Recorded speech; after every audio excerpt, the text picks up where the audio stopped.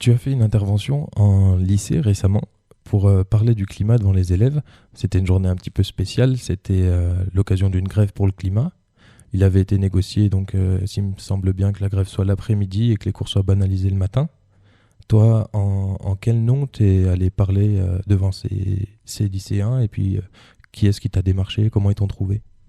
Ouais, en fait, c'était. Enfin, normalement, déjà, c'était un peu compliqué parce que les cours devaient être banalisés le matin pour faire des ateliers banderoles, des ateliers ramassage de déchets et conférences, pour ensuite partir à la manif qui partait justement de Place Chavanel et qui était organisée par le groupe Youth for Climate Saint-Étienne.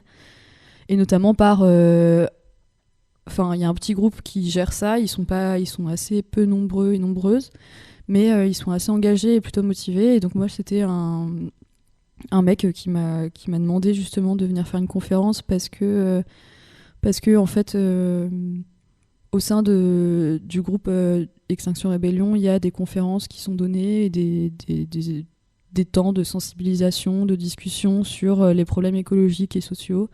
Et il y a notamment une conférence qui est donnée sur l'extinction des espèces et sur le réchauffement climatique et toutes les boucles de rétroaction et tous les effets en fait que ça peut avoir sur la planète et aussi sur les personnes, donc au niveau des migrations. Et donc ce jeune homme qui s'appelle Samir, qui est venu en fait, enfin on se croisait en manif en fait. Et, euh, et voilà, il m'a demandé si jamais il y avait une ou deux personnes qui étaient motivées pour venir donner une conférence dans son lycée, qu'au lycée Honoré d'Urfé. D'accord, donc toi tu l'as connu par l'intermédiaire des manifs climat et il Mm. t'a démarché parce qu'il savait que tu étais engagé par ailleurs dans des associations. Exactement. C'était pas des manifs climat, c'était juste des manifs. Enfin, à Saint-Étienne, on se croisait souvent dans des manifs justement pour le droit des demandeurs ou demandeuses d'asile, pour le collectif de la Bourse ou il y avait aussi contre les violences sexuelles et sexistes. On s'est recroisés et puis on avait fait aussi un, un temps commun avec différents collectifs justement écolos, sociaux, etc. Et du coup, enfin voilà, il m'a demandé. Il savait que moi j'étais engagée dans certains collectifs à Saint-Étienne et donc il m'a demandé. Ben, on peut te demander du coup dans quel collectif tu t'es engagé. Toi, tu donc, t'es milité pour le climat, il t'a parlé d'IXR Mm. et tu as participé aussi pour des collectifs qui aident les réfugiés. Bah, en fait, à la base, j'ai pas commencé à militer pour le climat entre guillemets dans des mouvements dits climat. C'était en fait mon premier engagement, ça a été pour le collectif des occupantes de la Bourse il y a plus d'un an. Enfin non, c'était il y a presque un an. Au moment des expulsions à la fin de la trêve hivernale, il y a ce collectif de citoyens et citoyennes qui s'est mobilisé. Et moi, à la base, en fait, c'est la première fois que je me mobilisais pour quelque chose. Et en fait, à la base, c'était pas un engagement écologique ou climat. C'était vraiment juste, il y a des gens qui sont à la rue et et en plus, il n'y a aucun endroit pour les loger. La préfecture faisait rien. La mairie les expulsait. Enfin, quoi qu'ils fassent, en fait, enfin, quoi qu'il et elle faisaient. Et donc, j'ai commencé à justement aller coller des affiches, enfin faire justement des affiches, aller les coller dans la rue, faire les tracts, les pancartes pour les manifs, ce genre de choses, un peu de com et D'accord. d'accompagnement aussi des fois quoi. Donc tu as commencé par le militantisme pour une association dans laquelle tu donnais de ton temps. C'était pas une association, c'était un collectif assez informel et organique quoi, parce que c'était des membres. En fait, c'était dans l'urgence. En fait, il y a plein de gens qui se sont mobilisés, qui étaient issus de différents collectifs, associations, et c'était un peu les personnes les plus actives sur Saint-Étienne au niveau associatif et militant. Et oui, j'ai donné de mon temps, enfin comme je pouvais, avec les moyens que j'avais de mon côté. Et voilà, enfin c'était pas non plus. Enfin, il y a des gens qui sont 10 fois plus engagés que moi à ce moment-là, mais j'ai essayé de. Enfin, c'était aussi un premier pas en fait dans de l'engagement militant, quoi. Et comment tu es passé du coup de cette cause des réfugiés au climat? Euh, Bah, c'était l'année dernière, il y a eu. Enfin, déjà, il y a eu ce déclic-là, on va dire. Ça a été un moment ça a été un moment un peu décisif aussi parce que j'ai rencontré pas mal de personnes qui étaient très très engagées et en fait je me posais pas mal de questions au niveau de l'écologie depuis un certain temps parce que j'étais un peu j'avais déjà une conscience écologique quoi et je me demandais justement à quoi ça servait de faire des éco-gestes, de faire des trucs dans son coin, de devenir végétarienne alors que et de pas justement entretenir un discours culpabilisateur envers les autres et en fait, il y avait des mouvements à ce moment-là qui émergeaient, qui avaient une bonne com. Enfin voilà, c'est bête, mais c'était aussi un peu de ça, qui commençaient à faire de l'action directe un peu partout en France et à l'étranger. Et ça a été assez accessible en fait de contacter des personnes, de participer à des actions. Et donc voilà, j'ai commencé à faire de la désobéissance civile, participer à des actions de désobéissance civile. Et plus ou moins grosse en fait, des fois il y avait que 40 personnes jusqu'à 1500 personnes qui se mobilisaient. Donc à proprement parler, en fait, j'ai jamais fait de marche pour le climat, jamais organisé de marche, les manifs que je fais à Saint-Étienne, c'est jamais vraiment pour le climat, c'est pour en fait tout ce qu'il y a, toutes les manifs en soi. Et en fait, voilà, il y a toute cette partie d'action directe et une partie de sensibilisation, et d'où justement l'intérêt de donner des conférences et essayer de sensibiliser les gens sur les problèmes écologiques et sociaux. Donc là, on était sur l'intervention du lycée, là où tu as donné une conférence. Donc déjà, à quel public elle s'adressait cette conférence? Si c'était les profs et les élèves ensemble, quel niveau? S'ils ont été libérés ou pas, par exemple. Et du coup, quel sujet tu as abordé? Est-ce que c'était uniquement le climat ou aussi faire des liens sur ce qui fait le dérèglement du climat, ce que ça provoque aussi en termes de migration, de problématiques comme ça? Donc là, c'était des lycéens déjà qui étaient, je sais pas exactement quelle classe. Je crois que c'était des premières. Enfin, ils sont en première. Ils et elles sont en première. Et ça s'adressait principalement à ces étudiants et ces étudiantes là. Donc sous l'impulsion justement de Samir, qui avait fait banaliser plus ou moins les cours, ou qui avait plus ou moins réussi, parce que finalement les cours étaient banalisés, mais il y a beaucoup de personnes qui en ont profité, enfin qui voulaient en profiter pour ne pas venir en cours parce que ça les arrangeait, et en fait ils étaient obligés d'être présents et présentes. Donc on s'est retrouvés à faire, j'étais pas toute seule, on était deux avec un autre gars qui s'appelle Lucas. Et on était deux à présenter la conférence devant 50 personnes qui souhaitaient pas vraiment être là en fait, parce qu'ils pensaient que les cours allaient être banalisés. En fait, ils étaient obligés d'être présents et présentes. Donc ça, c'était un peu galère, et c'était pas du tout dédié aux profs. Il y avait un surveillant dans la salle, quoi. Mais c'est vraiment dédié aux personnes qui étaient présentes. Et je sais plus ce que c'était la deuxième question. Ah oui, le contenu de la conférence, plus ou moins. En fait, on commençait par un peu présenter un cadre, quelque chose de très factuel. Qu'est-ce que c'est que le GIEC, quels sont les rapports depuis les années 70, le rapport Meadows, le rapport sur les limites de la croissance, qui justement ont posé les bases de justement les problèmes liés à l'exploitation des ressources en gros les limites de notre économie productiviste, extractiviste, et les limites de la croissance, quoi, avec cette idéologie là. Donc on a présenté ça, mais on essayait d'être assez interactif, et pour leur poser des questions, on était plus dans est-ce que vous connaissez ça, on essayait d'être pédagogue, mais en même temps on n'a pas de formation à proprement parler pour ça, donc c'était un peu compliqué. Mais en soi, le contenu de la conférence, c'est qu'est-ce que le GIEC, quels sont justement les scientifiques sur quoi ils alertent en fait. Donc sur le réchauffement des températures, sur la montée des eaux, sur les boucles de rétroaction, sur si jamais il y a un effet d'emballement, en fait, il y a énormément de facteurs qui font que ça peut vite partir en vrille très très rapidement. Et ensuite, quels sont les impacts sur les villes, nos vies, et les espèces aussi, les perspectives d'extinction, en fait. Des espèces, qui a déjà attaqué. Des espèces, et les vagues de migration aussi, beaucoup. Et donc avec un scénario un peu catastrophe à la fin, forcément, parce que c'est certes objectif, mais c'est un peu... En fait, en sortant de là, tu te prends un peu... si tu le sais pas, ou si... on t'aligne un peu un certain nombre de chiffres, et en fait, après, tu te prends un peu tout dans la gueule, quoi. Donc c'est un peu dur à encaisser. Et c'était une question de savoir si on pouvait justement le dire devant des personnes qui avaient entre 15 et 17 ans. Est-ce qu'on était tout à fait honnête et on leur disait tout, ou est-ce qu'on avait un discours un peu plus modéré où on essayait aussi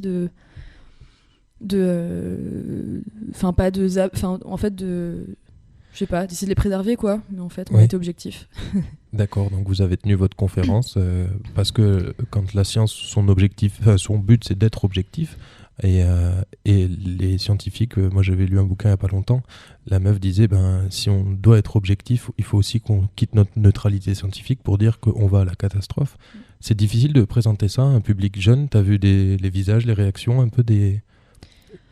Oui, en fait c'est compliqué parce qu'il y en avait beaucoup qui écoutaient pas. En fait, ça a été un peu compliqué. Dans tous les cas, cette conférence s'est pas du tout passée comme prévu. On n'a pas pu faire toute la conférence en entier. Aussi parce qu'on essayait de passer des vidéos aussi pour les éveiller. En fait, on voulait vraiment rentrer dans un dialogue et qu'on soit pas juste conférencier, conférencière, sachant qu'en fait, on n'a même pas... on a 50 plus... Enfin, on n'a pas de statut particulier, on n'a pas d'expérience, on n'a aucune, on n'est pas des figures d'autorité. En fait, si vous voulez pas nous écouter, on était un peu là, celles et ceux qui veulent écouter, rapprochez-vous, et les autres, si jamais, on sait que vous êtes là parce que vous êtes obligés. Si ça vous intéresse pas, on va pas vous forcer à nous écouter et on va juste essayer de rentrer dans un dialogue. Et voilà, nous on essaie juste de vous parler de ces questions-là, mais en fait c'était compliqué parce qu'il y en a qui étaient sur leur téléphone. C'est des lycéens et des lycéennes qui avaient pas forcément envie qu'on leur prenne la tête alors qu'ils voulaient pas être en cours. Et donc c'était déjà, on se rend compte qu'il y a un décalage culturel, juste même générationnel, alors qu'on n'est pas si vieux que ça.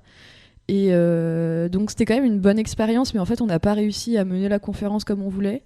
Et en fait il y a quand même des personnes qui étaient, des étudiants, des étudiantes qui étaient très intéressés, et eux ils étaient déjà un peu au fait de ces questions-là.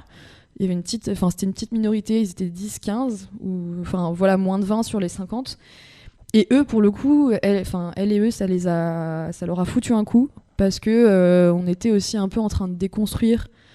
Ils nous ont posé des questions sur l'optimiste naïf de la grève pour le climat, par exemple. Ouais, en plus, on peut tout changer, on peut faire tomber Total facilement. Et, ouais. En plus, nous, on voulait pas non plus les encourager. Nous, après, ils nous disaient, mais qu'est-ce qu'on peut faire ? Et on pouvait pas non plus les encourager à aller plus loin que des manifestations ou à rentrer dans de la désobéissance civile, voire du sabotage, parce qu'en fait, c'est un peu les modes d'action à envisager si on veut vraiment qu'il y ait des choses derrière, que ça change quelque chose. Et donc nous, on pouvait pas non plus aller leur dire faites des choses illégales. Dans tous les cas, en plus, le CPE nous avait dit qu'il fallait pas non plus que ça passe pour de l'endoctrinement ou pour... C'est ça, pas de prosélytisme. Voilà, pas de prosélytisme. Donc en fait, à la fin, ils étaient un peu, on se prend tout ça dans la gueule, et en fait, on sait pas quoi faire après, parce qu'en fait, on n'avait pas non plus le droit de leur dire engagez-vous, trouvez votre groupe militant, et puis trouvez un groupe affinitaire, faites des choses, et attendez pas que ça vienne du gouvernement ni des multinationales, parce que en fait ils nous vendent des choses qui sont complètement fausses et qui vont juste dans leur intérêt. Et quand ils nous posaient des questions sur les énergies renouvelables, et nous on était tout le temps, donc nous on était en train de leur dire que c'était un peu un leurre ou un mythe, c'est que c'était juste une façon de perpétuer aussi cette croissance dite verte entre guillemets, et en fait eux ça leur détruisait un peu tous leurs espoirs, quoi. Donc c'était un peu dur. Donc oui, tu es arrivé avec quelque chose vous êtes arrivé avec quelque chose d'assez brutal, un public pas forcément conquis. Pardon. Et en plus, au niveau des solutions proposées, c'est un peu le problème quand on parle de climat en fait. Les solutions devraient être radicales, peut-être politiques, sûrement politiques, et les causes et les problèmes sont nombreux. Donc tu m'as dit qu'il n'y avait pas forcément de profs. Les élèves, tu as pu leur parler à la fin pour avoir des ressentis, pour savoir s'ils arrivaient à en parler en cours, ou comment ça se fait parmi ceux qui étaient intéressés par exemple? En cours, je sais pas trop. En fait, à la fin, si, on a discuté, mais c'était plus elles et eux qui nous posaient des questions, parce qu'ils étaient aussi un peu perdus. Et après, en cours, dans les lycées, ils sont rentrés dans une démarche où ils élisent des délégués. C'est des éco-délégués, où voilà, ils essayent de parler de ces questions-là et tout. mais c'est pas du tout, c'est pas abordé en fait, clairement. Enfin, on parle d'écologie, mais on parle du tri, du recyclage, alors que faut que ça aille beaucoup plus loin que ça en fait. Quand on parle d'écologie, on peut pas se contenter de parler de recyclage. Oui. Ils en parlaient il n'y a pas longtemps, même le recyclage ultra bien fait dans les pays qui sont au top, c'est 50% du plastique, ça veut dire qu'il y a quand même des quantités énormes qui finiraient. Il y a beaucoup de fausses idées en fait à déconstruire, et ça c'est pas facile, ça se fait pas sur une conférence. Si tu devais le refaire, par exemple, est-ce que tu pourrais imaginer d'autres outils, par exemple, je sais pas si tu connais la frise climatique ou les choses comme ça, c'est des outils où les élèves sont acteurs parce qu'ils construisent. Et finalement, peut-être que c'est un peu plus progressiste et un peu moins violent parce que quand tu exposes un mot, il faut mettre des mots derrière, alors que là, c'est plus des faits individuels. Bon, le tableau est le même. Oui, ça, je suis complètement d'accord. La fresque pour le climat, c'est un outil qui est très, très efficace et en plus interactif et participatif. Et ça dure 2 heures et à la fin, en plus, tu comprends vraiment comment ça marche. Mais moi, je suis pas encore formée à ça. Enfin, ouais, je sais, j'ai pas cherché non plus à... Parce qu'il y a des personnes qui s'y intéressent vraiment et qui s'auto-forment parce que tout est disponible en ligne sur Internet pour se former à la fresque. Donc, je pense que c'est un format qui peut être très utile. Après, là, nous, ce qu'on s'était dit, c'est que... déjà, en fait, il faut pas forcément le faire avec des personnes qui ont pas envie d'être là, ou il faut que ce soit amené... en fait, il ne faut pas qu'ils subissent le moment où on parle de ces questions parce qu'il faut qu'on rentre dans un dialogue. Et là, il y avait 50 étudiants et étudiantes et là, il y en avait beaucoup qui étaient sur leur téléphone et beaucoup qui étaient aussi un peu... Enfin voilà, ils disaient mais de toute façon, ça va rien changer. Ils savent très bien en fait que tout est tenu plus ou moins par les puissants, entre guillemets, et qu'ils sont assez impuissants, eux, de leur côté, et impuissantes. Et du coup, ils étaient dans une sorte de rejet du discours, parce qu'en fait, ils le savent quand même que c'est la merde et qu'ils peuvent rien y changer. Oui. Et en fait, nous, ce qu'on n'a pas fait, en fait, on s'est dit qu'on allait revoir la conférence pour qu'il y ait une partie sur que faire, mais sans vraiment rentrer dans du démarchage, du recrutement, quoi, parce qu'on n'est pas là pour ça, mais en essayant d'établir une sorte de spectre d'action qui irait des éco-gestes jusqu'au sabotage, si jamais, en fait, et qu'il puisse y avoir, tu fais tes éco-gestes, ensuite, soit sinon comme si, en fait, il y avait une progression dans l'engagement et que, en fait, juste un engagement associatif, c'est une manière d'agir aujourd'hui concrètement. Composter ses déchets, c'est une manière d'agir, mais qui est peut-être moins efficace que le boycott ou des choses comme ça, exactement, ou que même juste le fait d'en parler. Et que ensuite, il peut y avoir de l'action directe, il peut y avoir de la revendication directe en sortant justement des logiques où on se dit que ça doit venir des politiques, alors que en fait, il faut aussi forcer la main, ou il faut passer par des modes alternatifs, quoi, et pas attendre que ça vienne des politiques, ou vraiment essayer de détruire le système. Enfin voilà, il y a aussi il y a vraiment un champ d'action qui est assez large, et on peut pas non plus imposer quelque chose à quelqu'un ou à quelqu'une. Et donc en fait, ça peut aussi être notre rôle de dire on peut agir de différentes façons, mais une des manières de le faire aussi assez efficace, c'est de s'engager concrètement, physiquement, dans ses modes de vie, dans ses revendications, et en fait limite de rentrer en résistance au quotidien, quoi. Voilà. Par un engagement fort. Est-ce que tu as constaté aussi, je sais pas, par exemple dans un dîner de famille, quand on parle climat, il y a beaucoup de gens qui veulent pas en entendre parler, qui sont radicales ou qui sont prêts à hausser la voix ou quoi pour esquiver le sujet, une certaine forme de déni. Les élèves, normalement, l'idée c'est que quand ils vont en cours, on peut pas, ils sont pas censés dénier ce qu'on leur apprend, mais pourquoi eux ils auraient pas le droit de dénier, de tourner le regard alors que d'autres le font? C'est difficile pour des jeunes. Ouais, après je pense que ils se rendent bien compte que ça va les concerner 10 fois plus directement que par exemple je sais pas, ton oncle ou ta tante qui en a rien à faire, parce que aussi ils sont bien engagés dans leur vie, ils ont leur je sais pas, en fait c'est des clichés ce que je dis en plus, mais quelqu'un qui est dans le déni, c'est quelqu'un aussi qui a ses conceptions parce qu'il a grandi et vécu toute sa vie comme ça. Là, les construit personnes, des habitudes aussi. Exactement. sans forcément qu'on lui ait parlé des problèmes écologiques avant. Alors que là, des personnes qui ont entre 12 et 20 ans, ils et elles savent très bien que ça va les concerner très directement. Il y a énormément de choses qui tournent sur les réseaux, sachant que c'est un outil qui est énormément utilisé dans cette tranche d'âge. Donc en fait, ça les concerne plus directement. Ils et elles auraient le droit de détourner le regard, mais en fait, c'est limite maintenant, c'est une responsabilité de le savoir. En fait, le nier, c'est un peu... c'est vraiment fermer les yeux, faire l'autruche, et c'est pas du tout responsable, quoi. Après, encore une fois, on se rendait compte que là, dans une classe de lycée, les personnes qui s'intéressent le plus à ces questions-là, tu sens que c'est des personnes qui ont une certaine éducation, qui sont plutôt bonnes élèves, qui ont des parents qui leur en ont parlé, qui ont... Parce que les autres ont sûrement d'autres problèmes qui passent avant en priorité, peut-être ou... Peut-être, je ne sais pas, je leur ai pas posé la question, mais tu sens que déjà, en fait, c'est pas la même catégorie sociale entre les personnes qui étaient vraiment intéressées et les autres qui ont... Enfin, qui... En fait, il y avait un peu tout plein de personnes très différentes qui réagissaient très différemment à cette conférence. Mais c'est vrai que les 10 personnes qui sont restées à la fin, c'était des personnes... Les têtes de classe. Têtes de classe, ouais, voilà. Dans un lycée où voilà, les gens un peu turbulents, troubles faits, qui se sont fait engueuler par le CPE tout le long, et eux, ils sont partis direct à la fin et ils en avaient un peu rien à faire, quoi. Et en même temps, c'est un peu ça, c'est comment t'arrives à... Et même moi, en fait, j'ai senti un décalage déjà générationnel, mais parce qu'on n'a pas les mêmes références au niveau de ce qu'on regarde sur les réseaux, des trucs comme ça. Et du coup, ça pose vraiment question de comment tu arrives à intéresser le plus grand nombre de personnes, même si on n'est pas issus des mêmes endroits.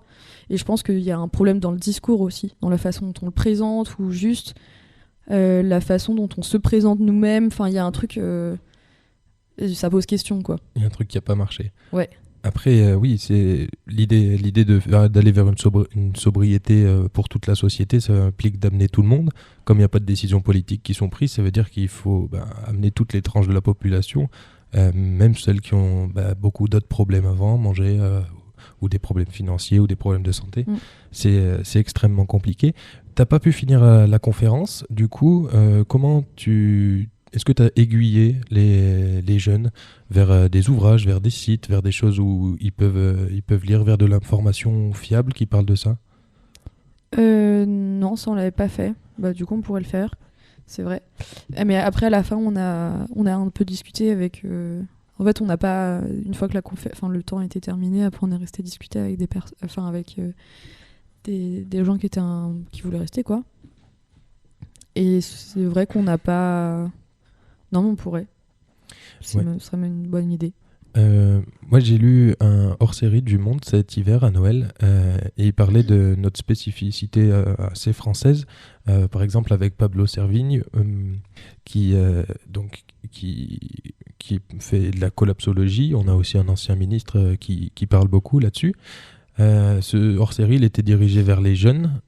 T'as une idée, après avoir discuté avec des jeunes, des sentiments qu'ils développent par rapport à ça, cette anxiété climatique Non c'est très différent. En fait, encore une fois, il n'y a pas de généralité, il n'y a pas de règle. Il y en a qui sont très très anxieux et anxieuses. Il y en a qui en ont rien à faire, qui font passer leur vie. Enfin voilà, quoi, ils n'ont pas forcément éveillé leur conscience. Et il y en a qui sont motivés, il y en a, un peu comme... Mais en fait, c'est pas vraiment une spécificité aux jeunes. Je pense qu'on passe toutes et tous par ces étapes-là, une fois qu'on en a pris conscience. C'est pas un truc qui est... Après, c'est peut-être d'autant plus fort parce que les jeunes n'ont pas encore construit quelque chose. Ils et elles sont sans accroche. Donc en fait, il y a des perspectives. Maintenant, on te demande de choisir tes études alors que tu sais que ça va être très instable et que ça va pas du tout être en accord avec tes idées, ton éthique, quoi que ce soit. Donc tu peux te poser des questions à quoi bon en fait faire des études. Enfin, il y a aussi cette question-là, à quoi bon en fait. Est-ce qu'il y en a qui sont rentrés dans le nihilisme aussi? On en parlait, Ouais. Samir, il nous avait dit qu'il y en a beaucoup qui s'en foutaient et qui ils sont au courant de tout ça, mais du coup ils choisissent de mener la vie qu'on leur a proposée, de continuer, de consommer, de s'éclater, de faire des choses. Bah c'est ça, c'est comment en fait t'amènes les gens à l'action, à l'engagement en fait, parce que c'est pas que les jeunes non plus, hein, il y en a beaucoup qui sont très nihilistes ou qui sont dans pas le déni, mais ils le savent très bien, mais ils choisissent de continuer leur vie parce que ils et elles savent très bien que de toute façon il n'y a pas de solution, ou que c'est compliqué à entrevoir une solution, ou même il n'y a pas de solution clairement dite. Il y a des perspectives, des alternatives, des choses à envisager, mais on est aussi conditionné avec un modèle qu'on nous a servi en nous disant c'est le meilleur qui est possible. Donc il y en a qui choisissent de complètement continuer, profiter, parce que ils savent très bien que ça va être, c'est pas facile quoi. Donc autant profiter à fond jusqu'au bout. Et ouais, il y a un ou une jeune aujourd'hui à 16 ans qui a conscience de ça et qui a le droit et tout à fait. Elle se pose des questions sur le schéma qu'on lui propose et sur les perspectives de vie, les perspectives de construction de quelque chose dans un monde profondément instable. Et donc je pense que ça les touche aussi à ce niveau-là. De savoir pourquoi, voilà, mais même juste pourquoi continuer à faire des études, quoi. D'accord. Et merci de nous avoir raconté cet épisode. J'espère que tu auras l'occasion de continuer de parler avec des jeunes de ça, peut-être. Merci. Mais oui, de toute façon, il faut continuer. C'est toujours intéressant en plus de parler à des jeunes. Parce qu'en fait, ils ont leur expérience, leur vécu, et c'est hyper enrichissant à chaque fois de rencontrer de nouvelles personnes et de discuter avec... pas rester dans un entre-soi aussi, et de rester avec des gens qui sont conscients. Et justement, les jeunes, ils ont des trucs à dire, même si la plupart du temps, on les laisse pas parler, quoi. Donc c'est hyper intéressant. Et quand on arrive devant un avenir, devant des lycéens, ils ont quand même une grosse construction culturelle et familiale et une grosse construction personnelle, quoi. Et du coup, quand les gens pensent que la solution viendra des jeunes, de la jeunesse, oui, c'est un peu paradoxal. Si c'est le rôle de l'école, oui, ça veut dire qu'il faut qu'ils en parlent très tôt, peut-être. Après, le rôle de l'école, on peut aussi on peut le critiquer. Parce que on sait très bien que l'école ne favorise pas du tout l'émancipation des élèves, ni la construction d'un esprit critique. Donc, en fait, oui, c'est limite très paradoxal de dire ça, parce que les jeunes, ils sont conditionnés et ils sont encore jeunes et ils n'ont pas forcément déconstruit ce que leurs parents ou même juste le système leur a mis dans la tête. Donc en fait, c'est compliqué. Mais en fait, ça intervient à toutes les strates, tous les âges, quoi, parce qu'il y a plein de gens qui déconstruisent jamais non plus certaines choses, quoi. Mais oui, ça devrait être le rôle de l'école. Mais de toute façon... ça l'est pas, quoi. Mais on devrait parler de ces questions-là, mais dès l'enfance, quoi. Et tu t'es posé la question de pourquoi on va vous chercher sans expérience pour parler devant un public comme ça, et pour présenter des choses sur le climat, pourquoi c'est pas les profs qui le font? Bonne question. Non, je sais pas, les profs, ils ont aussi leur matière. C'est leur aussi programme, oui. c'est très segmenté, en fait, les maquettes pédagogiques, en fait. C'est des choses qui viennent d'en haut, en plus, qui viennent de l'éducation nationale. C'est des choses qui se répètent et se perpétuent et qui sont très répétitives pour les profs. Et ça devrait être le rôle des profs, mais en fait, ça dépend de leur intérêt personnel, parce que un ou une prof qui a cette conscience-là aura envie de la transmettre à ses étudiants et ses étudiantes. Quelqu'un qui s'en fout n'aura pas envie. C'est tout ce qu'on... À chaque fois, on connaît toutes et tous genre des bons... c'est con de dire ça, mais des personnes qu'on considère comme étant des bons pédagogues, et d'autres non, et ça dépend vraiment... là, ça dépend encore une fois de la personne, quoi. Merci. Voilà.